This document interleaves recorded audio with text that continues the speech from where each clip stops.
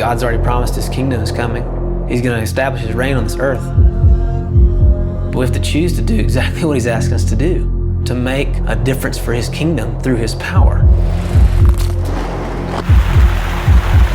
My hope is that we're going to see God's kingdom built and established in Nepal. Most of the highest mountains in the world is where the Tibetan people are. A little over 20 ethnic Tibetan groups throughout Nepal. So I just kept thinking somebody needs to go to these people. God was saying, yes, somebody does need to go. That person is you.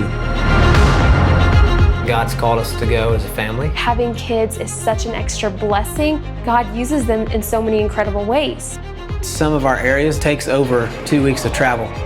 Landslides happen and block the way. Weather changes, and on a dime we can get caught in the snow. They don't stop us from sharing the gospel.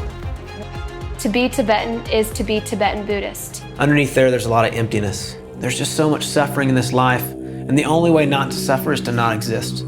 There's no security, no way to be sure what's going to happen.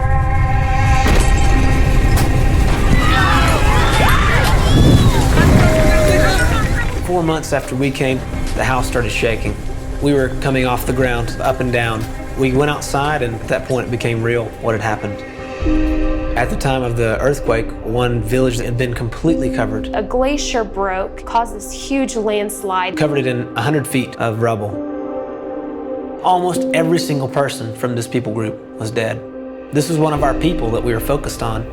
And I was reminded at that point of God's promise that someone from every tribe, every tongue, and every nation will be at the foot of Jesus. We have a team from our home church joining us on this journey. My sending church has been a vital part of my story. I was discipled from this church. Without them, I wouldn't even be here. I will be trekking for 3 days, demonstrate our love and care we have for the people of this valley, just helping them rebuild their houses. Everything was wrecked, everything was destroyed, everything was ruined. I had nothing in one moment. Boom! Everything was changed. But God is using that earthquake. God restores people. God makes things new. To start fresh spiritually with a relationship with Christ. People that never heard are going to come to know him. We have an opportunity to share in a way that we never could have shared. We have that hope to give people. So don't waste those opportunities. Use it for what God has for us to do.